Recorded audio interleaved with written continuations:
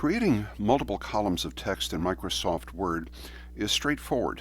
We click somewhere in the text, go to the Layout tab in the ribbon, and select the number of columns from the Columns drop-down in the Page Setup group. But what if we want, say, only a few paragraphs to be 2 columns in the middle of a bunch of single-column text?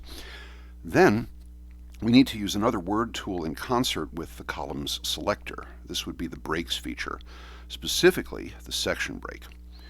There are a couple of steps to the process. One is to understand that in many cases we don't want to start a new page or have any other visual breaks. Just have the text go to single column, then double, and then back.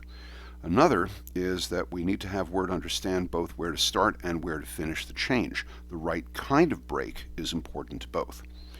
Starting with some filler text, as we see here, it can help to show the invisible markers. We can go to the Home tab and slide down to the paragraph group and click the button for the Show Hide Paragraph Marks. Then we can click at the beginning of the text where we want to go to 2-column format, say right about here. And that's the real key, by the way, is where to click when doing this sort of thing.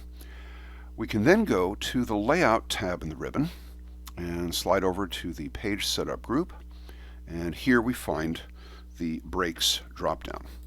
For our purposes, the one we need is the Continuous Section Break, so that it's essentially seamless. We add that in. Haven't started a new page, haven't actually made any columns happen yet, but what we've now done is to indicate we want something to change here. The next thing is to click at the beginning of, say, the 3rd paragraph here, and tell the program we want to insert another continuous section break. Why? Because in so doing, we are fencing off a particular chunk of text in which we want something different to happen. So the area between the breaks is important. We've told the program where to start and where to end the change. Finally, we can click somewhere in the space between the 2 breaks. Anywhere in this section will do fine. We can go back up to the Page Setup group. We can click the Columns drop-down and say go to 2 columns. And there we have it.